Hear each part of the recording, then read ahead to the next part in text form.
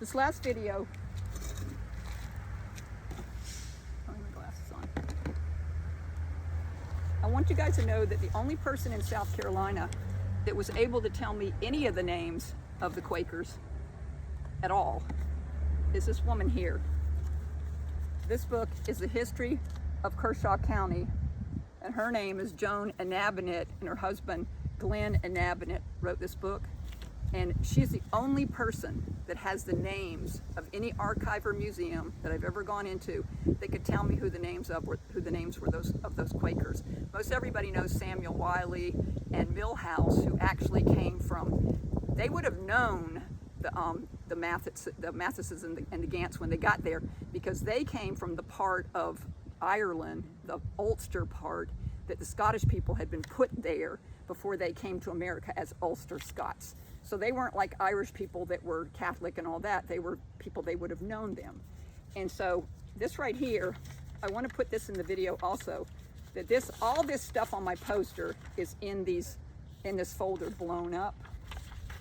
And I want to put this here because I've passed these out all over South Carolina that have my phone number on it. If you can see it right there, because I just get calls all the time for people wanting to know this genealogy stuff.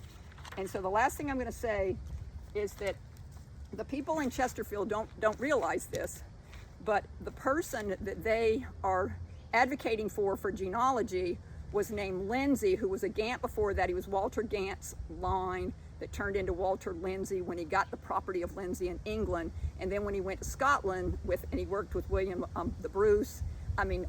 Wallace, Robert the Bruce, and King David, those Lindsays are all up there. And when he married into the Crawford family, one thing they did is they gave a new stewardship, somebody who was going to steward their genealogy.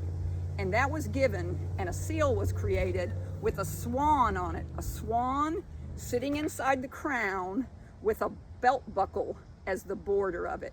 And the belt buckle stood for courage, which one of the Gants had been in a rousting tournament, and he got stuck, and he didn't get knocked off the horse, and he was considered like a giant, physically amazing guy. And so those three things are the swan, it's a white swan, and then the crown, which represents a certain kind of crown of that Scottish monarchy, and then the belt buckle. And so my dad had very few things when he died that weren't just nature. Like he had lots of beehives and taxidermy and just weird nature stuff. He had a big room like all the Gants have, collecting all that kind of stuff.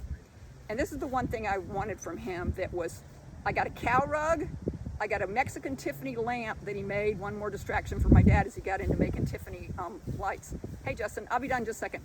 And then I got the cow rug, that, and one other thing I got from my dad. But this right here, I wanted, and it's a swan. And so my dad didn't know who his family was, his extended family is. But I know that he took us, Swan Lake was built in 1956, and I know he took us to Swan Lake all the time. And Sharon was born in 1956, and she was one of the first people to go there that year that it opened. And so if you look around all over South Carolina, especially around the Chesterfield area, and you see a white swan, a lot of people know the angry lion, what that means, guard me from evil spirits. But the swan represented the Lindsay Crawford branch, and they were the ones that were given the stewardship of genealogy. Now, coincidentally, these people are still doing genealogy in Chesterfield, and a lot of them have stayed there. So I want everybody to be aware that the White Swan, Swan Lake, that they would have been in Sumter. All these people would have been in Sumter. And so my family, that's where we had family reunions, was in Sumter.